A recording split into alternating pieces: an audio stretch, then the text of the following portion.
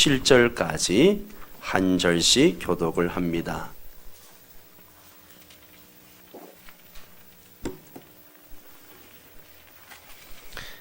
마태복음 9장 14절에서 17절까지 한 절씩 교독을 합니다. 그때에 요한의 제자들이 예수께 나와 이르되 우리와 바리새인들은 금식하는데 어찌하여 당신의 제자들은 금식하지 아니하나이까?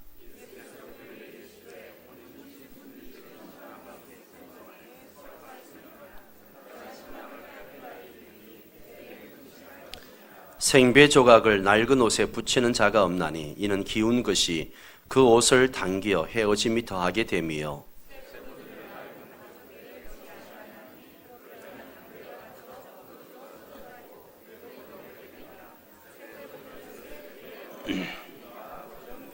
아멘. 오늘은 예수님의 종교개혁, 예수님의 종교개혁이라는 주제를 가지고 좀 말씀을 나누겠습니다.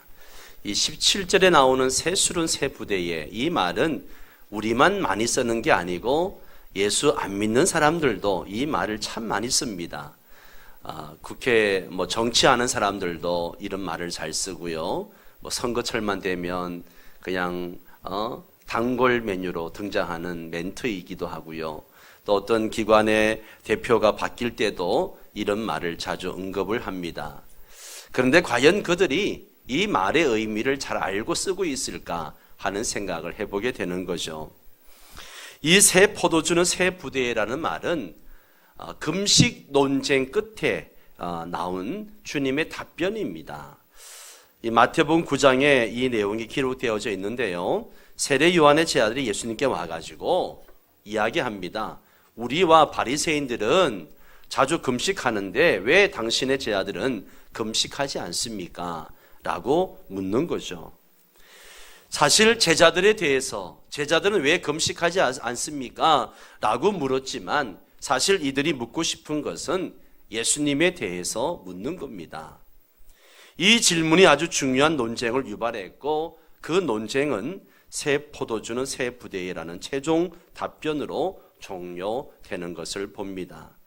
자, 그러면 왜 하필이면 금식을 이야기하고 있을까? 왜 금식을 이야기할까 하는 것이죠.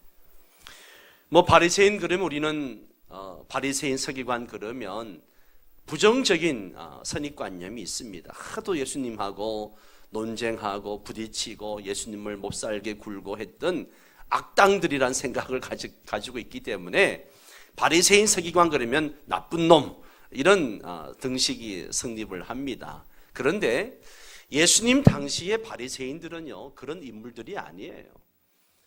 모든 백성들에게 존경을 받는 그런 대상이었다는 거죠. 지도자들이었습니다. 그들이 종교적 품위와 등망을 유지하기 위해서 항상 강조하던 세 가지가 있습니다. 그 세 가지가 뭔가 하면 바로 금식과 기도와 구제, 이 세 가지를 늘 굉장히 중요하게 여기고 이것을 누구보다도 열심히 지켰던 그런 사람들이죠. 그러면 그들이 어떻게 금식하고 구제하고 기도했는지 좀 먼저 살펴보기를 원합니다. 먼저 금식입니다. 이 금식은 정기 금식일이 있어가지고 일주일에 한 2번 정도 금식을 했던 것 같습니다. 누가복음 18장에 보면 바리새인과 세리의 기도 장면에서 바리새인이 뭐라 기도해요? 나는 일회에 몇 번씩? 2번씩 금식합니다. 그러면서 자기 의의를 막 드러내잖아요. 그 장면을 보면 바리새인들이 보통 일회에 일주일에 2번 정도 금식하는구나 하는 것을 우리가 알 수 있습니다. 그런데 그들은 이 금식을 할 때에 엄청 티를 내면서 금식을 합니다. 중동 사람들은 이 수염을 많이 기르는, 특히 전통 유대인들의 특징은 이 수염을 굉장히 중요하게 생각합니다. 그래서 수염을 기르고 머리도 기르고 하는데 이 금식일만 되면 수염도 안 다듬고 머리도 안 다듬고 그냥 흥크러진 대로 그렇게 다닙니다. 그러면 사람들이 뭐라고 이야기해요? 우리 바리새인 선생님 지금 금식하는가 보다. 금식하는가 보다. 얼마나 힘들까. 그렇게 생각을 하는 거죠. 예. 또 구제도 그렇습니다. 구제도 그냥 아무 때나 구제하는 게 아니고 정기 구제일이 되면 준비한 물품들을 가지고 시장이나 이 광장 같은 데 거리에 나와 가지고 나팔을 뿌 하고 붑니다. 그러면 오늘 우리 바리새인 선생님이 구제하는 날이구나. 그러면 사람들이 막 몰려오죠. 이 광경을 옆에서 지켜보던 사람들은 역시 우리 바리새인 선생님 최고라고 그렇게 반응들을 보입니다. 그리고 기도는 어떻게 했을까? 역시 정해진 기도 시간이 있습니다. 이 정해진 기도 시간에 골방에서 기도하면 얼마나 좋아요. 일부러 기도 시간만 되면 어디로 나와요? 또 사람들이 많이 다니는 시장이나 광장 같은 데 나와가지고 그 어귀에 서가지고 손을 들고 하늘을 쳐다보면서 그렇게 기도를 합니다. 예. 기도할 때는 아주 옷을 잘 갖춰 입고 옷소매가 넓은 제복을 차려입고 하늘을 우러러서 기도합니다.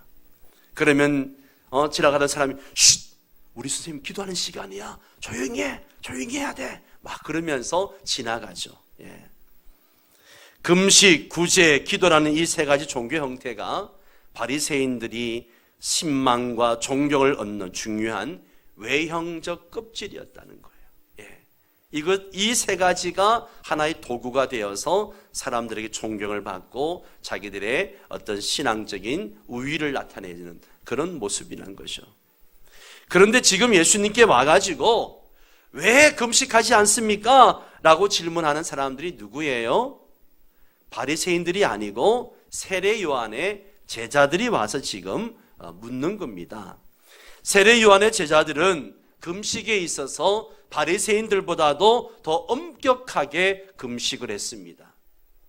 바리새인이 정한 날에 금식을 했다면 세례 요한의 제자들은 스승의 교훈과 가르침을 따라서 스스로 더 많이 금식을 하고 좀 금욕에 가까운 그런 생활을 많이 했습니다. 이렇듯 금식은 그 당시 매우 익숙한 하나의 종교의 외형이었다는 거죠.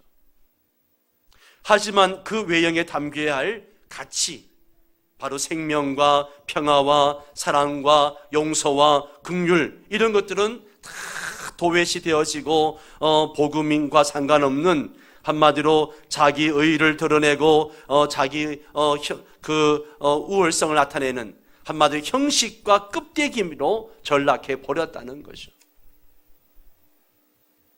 하나님께 영광 돌린다는 명분 아래 자기 의의를 드러내려 했기 때문입니다. 그 종교는 결국 성경이 말하는 대로가 아니라 자기들이 원하는 대로 만든 종교입니다. 이런 무서운 현상이 오늘날 한국 교회 안에도 자리 잡고 있다라고 하는 것이죠. 종교라는 형태로 여러 가지 형태들이 자리 잡고 있습니다. 하나님의 설계도와 다르게 한국 교회가 만들어 놓은 종교 형태가 있는 것이죠. 복음의 가치와 전혀 다른 한국 교회의 종교 형태, 이것은 우상이라고 하는 것이죠. 예수님은 요한복음에서 유대인들에게 뭐라고 말씀하셨는가 하면 성전을 헐어버려라, 그렇게 말씀하셨습니다. 그들에게 성전은 신앙과 삶의 중심이었습니다.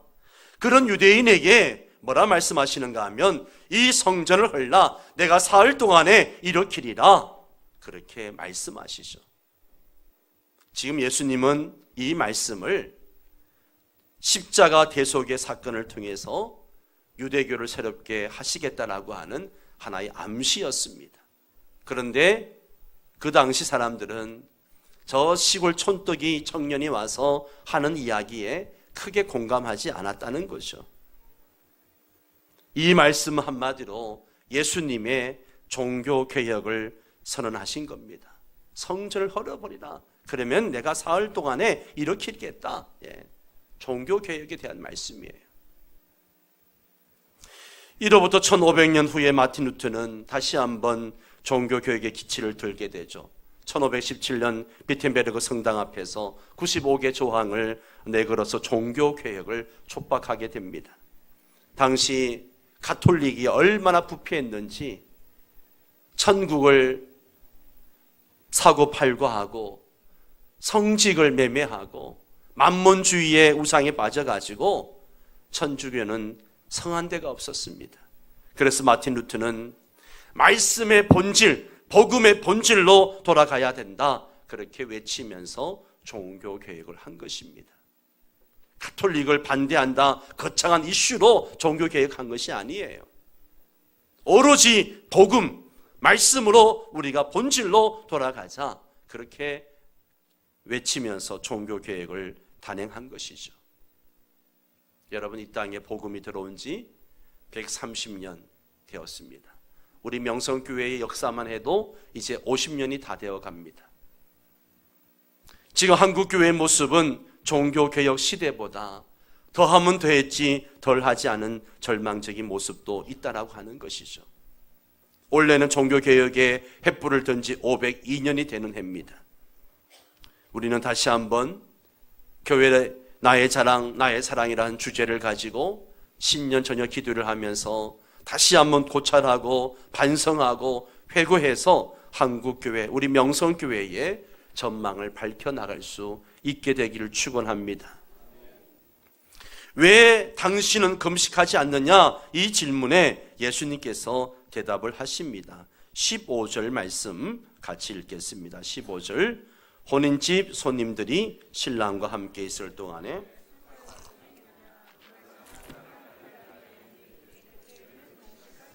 아멘.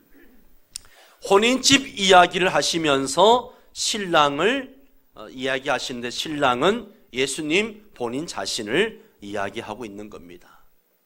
왜 그랬을까요? 이 한글 성경에는 혼인집 손님들이라 그렇게 번역된 말인데요. 이것은 다시 한번 보면 신랑의 친구들이란 표현이 더 적합한 표현입니다. 신랑의 친구들. 이 신랑의 친구들은 예수님이 함께 데리고 다니던 제자 공동체를 얘기하는 것이죠. 오늘날 교회를 의미하는 것입니다. 예수님은 자신을 신랑으로, 제자를 신랑의 친구들로 묘사를 하고 있습니다. 결혼은 일생의 가장 큰 축제요, 기쁨입니다. 예. 결혼해봐서 알잖아요. 그죠? 결혼식이 얼마나 축제고 기쁨입니까? 예. 너무너무 기쁘죠. 그래서 그날엔 포도주가 떨어져서는 안 됩니다.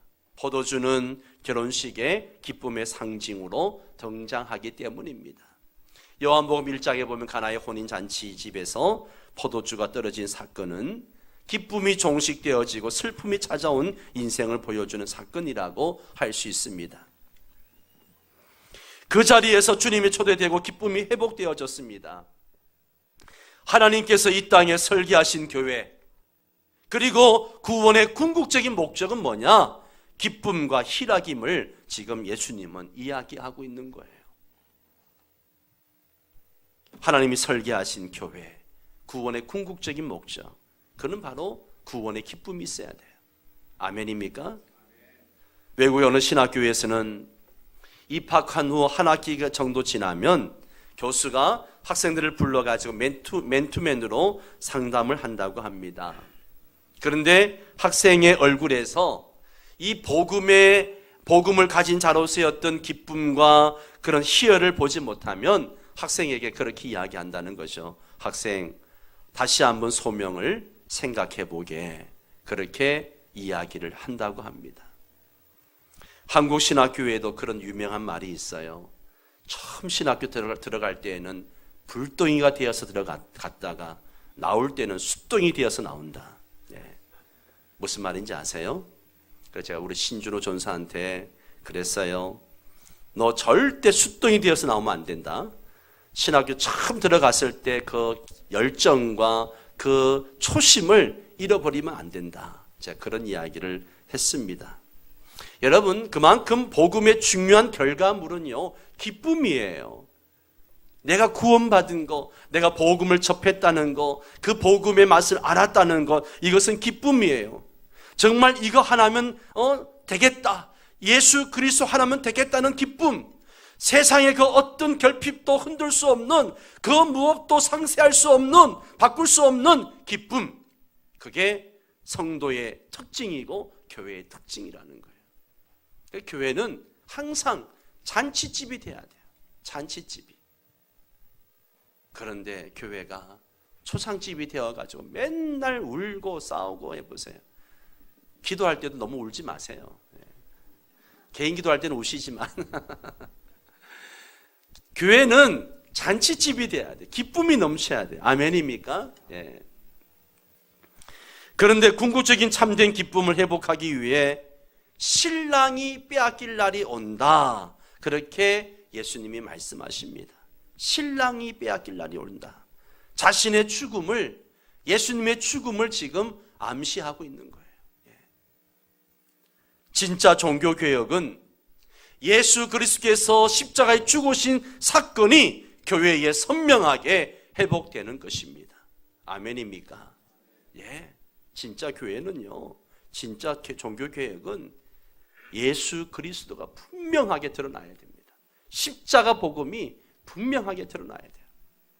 오랜 세월이 흐르면서 거기에 자꾸만 윤리적인 설교, 그리고 삼박자 축복 이야기, 기복신앙 이야기, 자꾸 이런 것들을 덧붙여가지고 복음이 가려져서는 안 돼요. 복음이 드러나야 됩니다. 히브리서 기자는 예수 그리스도께서 십자가를 통해 이루신 개혁을 이야기합니다. 손으로 만든 장막과 예물과 제사와 율법은 예수님이 단번에 자기를 제물로 드려서 구원을 이루신 십자가 사건으로 온전히 개혁되었다는 것이죠. 그 개혁을 위해서 예수님은 십자가에 자신을 내어주셨습니다. 제자들이 예수님을 빼앗기는 날이 전제되어야 하는 것이죠. 그리고 그때는 금식할 것이다. 슬픈 날이 될 것이라 그렇게 밝히고 있습니다. 그리고 나서 예수님께서 뭘 얘기하시는가 하면 생배 조각과 새 포도주 이야기를 하시는 거예요. 네. 자, 16절 17절 말씀 같이 읽도록 하겠습니다. 생배 조각을 낡은 옷에 붙이는 자가 없나니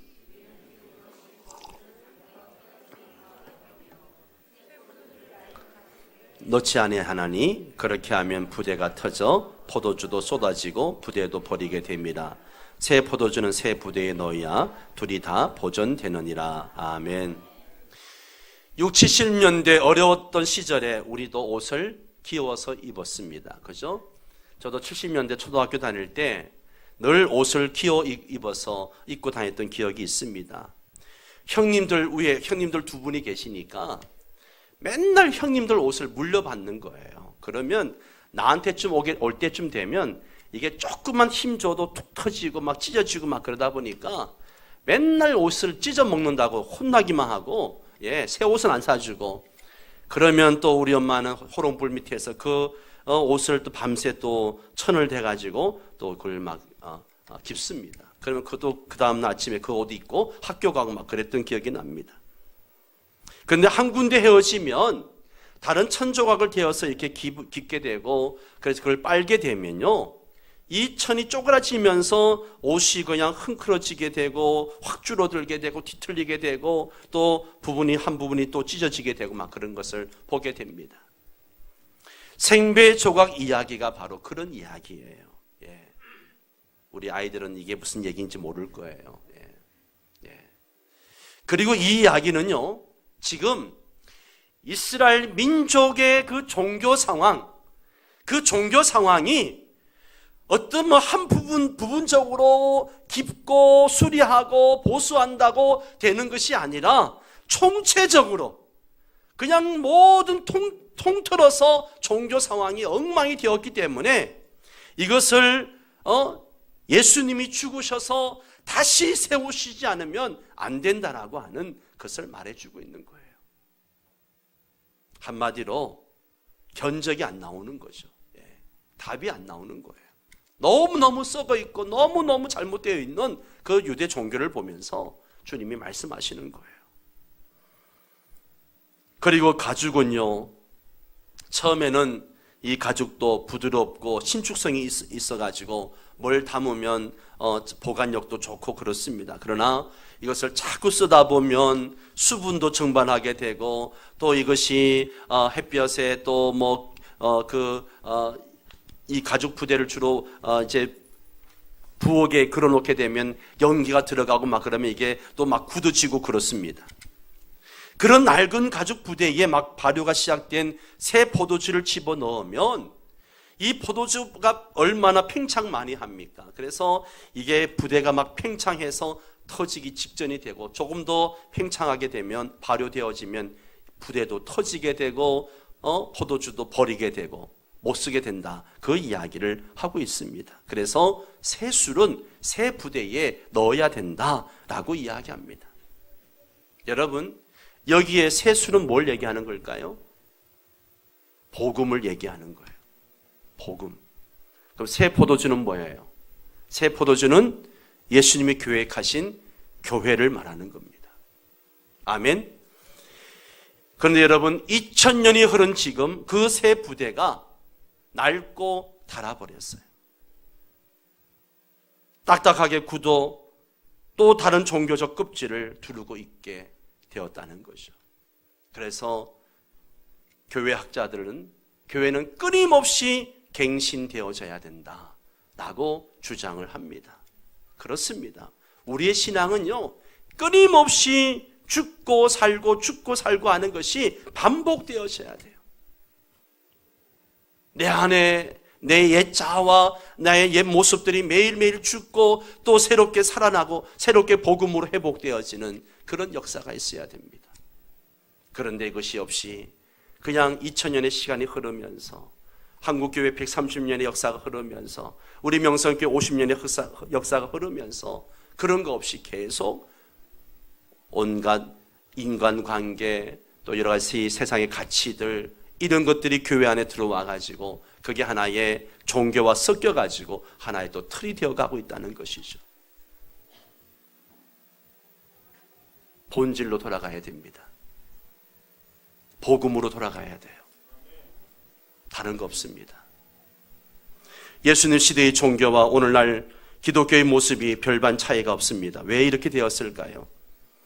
그 이유를 저는 한번 생각을 해봤습니다. 한마디로 제일 큰 책임은요, 목사들에게 있어요.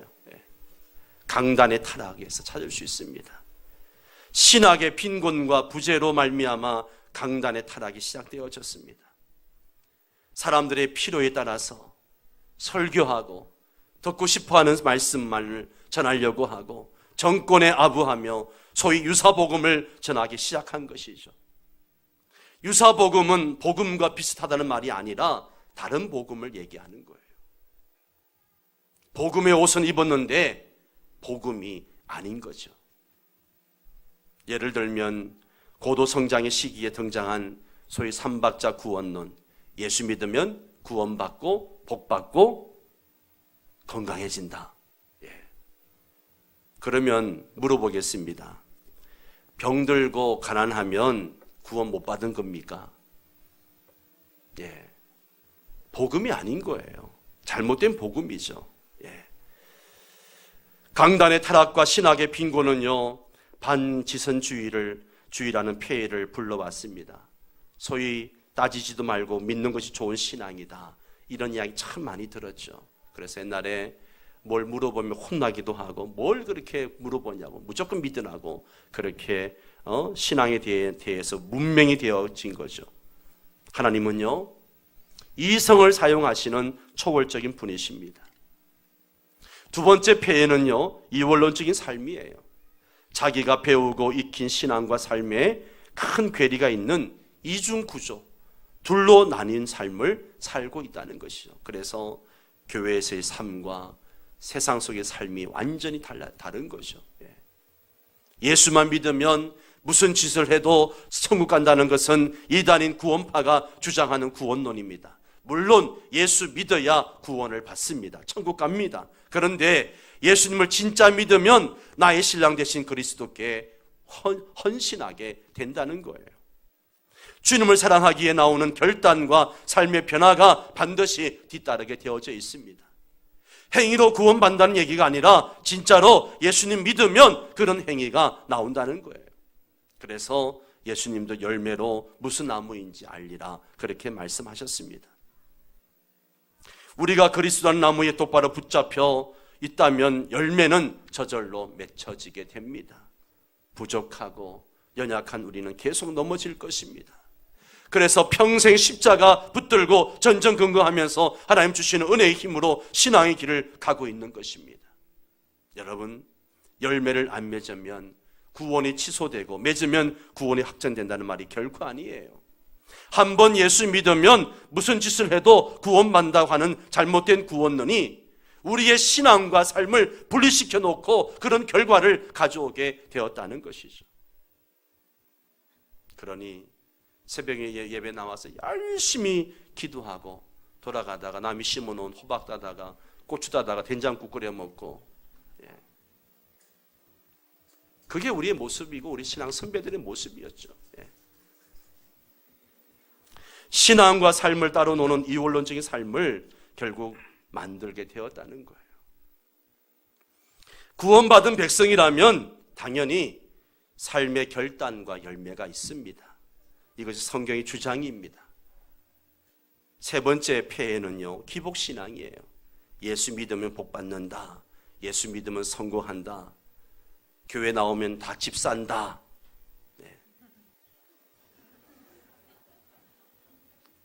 얼마 전에 어느 분의 기도문을 읽다가 뜨끔했던 적이 있는데, 우리 아이들도 매번 시험 때만 되면 또 힘든 일이 있으면 전화로 기도 부탁을 합니다. 우리 아이들이 중국에 유학가 있을 때에도 힘든 일을 당하면 꼭 전화로 기도해달라고 이야기하는데, 이 아빠가 아들이 아마 시험이 있었던 모양이에요. 그리고 전화를 끊고 이제 아빠가 기도를 합니다. 뭐라고 기도하는가 하면, 저는 이 기도문을 읽으면서 제가 참 부끄러웠는데요. 하나님, 우리 아들이 불확실과 불안과 초조함을 잘 겪어내면서 건강한 인간이 되게 하시고 성공과 확신으로만 똘똘 뭉친 괴물이 되지 않도록 인도해 주시옵소서. 우리 보통 기도할 때 뭐라 그래요? 하나님, 시온의 태도가 열리게 하시고 시험도 정답만 보게 해주시고, 면접 보는데 면접관의 눈을 바꿔주셔서 합격하게 해주십시오. 저도 솔직히 아비된 마음으로 그렇게 기도를 많이 합니다. 청년들이 면접을 본다, 또 취업을 한다, 또 성도들이 무슨 문제가 있다면 그런 식으로 기도합니다. 그런데 이 기도문을 읽으면서 내가 지금 바르게 가르치고 있는지 돌아보게 되고, 성공보다 성경적인 가치관으로 주님이 걸으셨던 그 십자가 길을 걷게 하는 것이 중요한데 많이 반성을 합니다. 여러분, 예수 믿음 복 받는 것은요, 그게 먼저 되어서는 안 됩니다. 예수 잘 믿으면 따라오는 거예요. 아멘입니까? 예수 믿으니까 사업도 잘 되고 건강해지고 자식들도 잘 되고 그걸 먼저 구하면 절대 안 됩니다. 안 주십니다. 네 번째 폐해는요, 교회 안의 직분에 대한 오해입니다. 교회 직분을 어느새 계급으로 인식하게 된다는 거죠. 이게 타락한 교회의 모습이었습니다. 가톨릭 교회도 마찬가지였고요. 베드로 사도는 우리를 왕같은 제사장이라 그렇게 이야기했습니다. 그런데 제사장은 누군가를 위해서 죽고 드려질 때 가치가 발생하는 거예요. 이타적인 삶을 살 때에야 제사장의 가치가 발생하는 겁니다. 주님이 앞서 그러시며 신부인 교회에다가 따라와서 복음과 함께 고난을 받으라고 그렇게 말씀을 하십니다. 우리는 주님께서 가신 그 길을 따라가는 교회입니다. 아멘입니까? 그렇기 때문에 우리는 주님께서 어떻게 사셨고 어떻게 섬기셨고 어떻게 죽으셨는지, 우리는 그것을 알아야 돼요. 네. 성공보다 더 중요한 가치가 우리에게 있습니다. 주님이 앞서 그러셨던 가치, 성경이 약속하고 가르치는 가치가 있습니다. 보잘것없이 작아지고 내어주는 그런 길이랄지라도 주님이 오라 하신 길이라면 기꺼이 우리가 우리의 생을 던져서 따를 수 있어야 됩니다. 그게 진리인 것이죠. 성공의 기준이 무너지는 그런 은혜가 우리 가운데 있어서 세수를 세 부대에 담을 수 있기를 소망합니다. 정말 개개인이 개교회가 하나님의 설계대로 교회를 세워나가고 회복하는 그런 은혜가 있어야 됩니다. 오늘 말씀이 예수님의 종교개혁인데요, 여러분, 혹시 내 안에는 바리새인들과 서기관들처럼 정말 열심히 기도하고 금식하고 구제하고 봉사하고 열심히 섬기는데 지금 혹시 내가 그 껍데기만 붙들고 있는 것이 아닌가?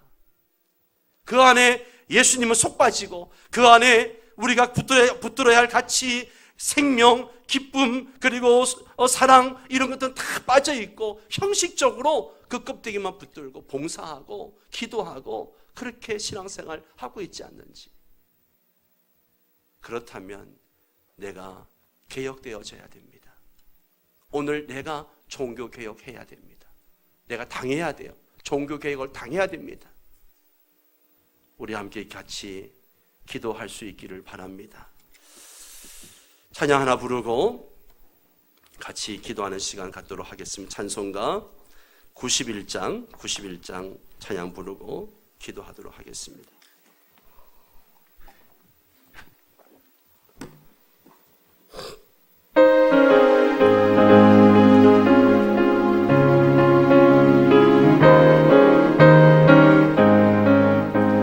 슬픈 마음 있는 사람 예수 이름 믿으면 영원토록 변함없는 기쁜 마음 얻으리. 예수의 이름은 세상의 소망이요 예수의 이름은 전국의 기쁨일세. 거룩하신 주의 이름 너의 방패 삼으라. 환난 시험 당할 때에 주께 기도 드려라. 예수의 이름은 세상의 소망이요 예수의 이름은 전국의 기쁨일세. 존귀하신 주의 이름 우리 기쁨 되도다. 주의 품에 안길 때에 기뻐 찬송 부르리. 아멘. 예수의 이름은 세상의 소망이요 예수의 이름은 전국의 기쁨일세. 우리 갈 길 나가는 후에 보좌 앞에 나가 왕의 왕께 경배하며 면류관을 드리리. 아멘. 예수의 이름은 세상의 소망이요 예수의 이름은 전국의 기쁨. 존귀하신 주의 이름 존귀하신 주의 이름 우리 기쁨 되도다. 주의 품에 안길 때에 기뻐 찬송 부르리. 아멘. 예수의 이름은 세상의 소망이요 예수의 이름은 전국의 기쁨일세. 아멘. 우리 갈 길 나간 후에 보좌 앞에 나가 왕의 왕께 경배하며 면류관을 드리. 아멘. 예수의 이름은 세상의 소망이요. 예수의 이름은 천국의 기쁨. 예수의 이름은 세상의 소망이요. 예수의 이름은 천국의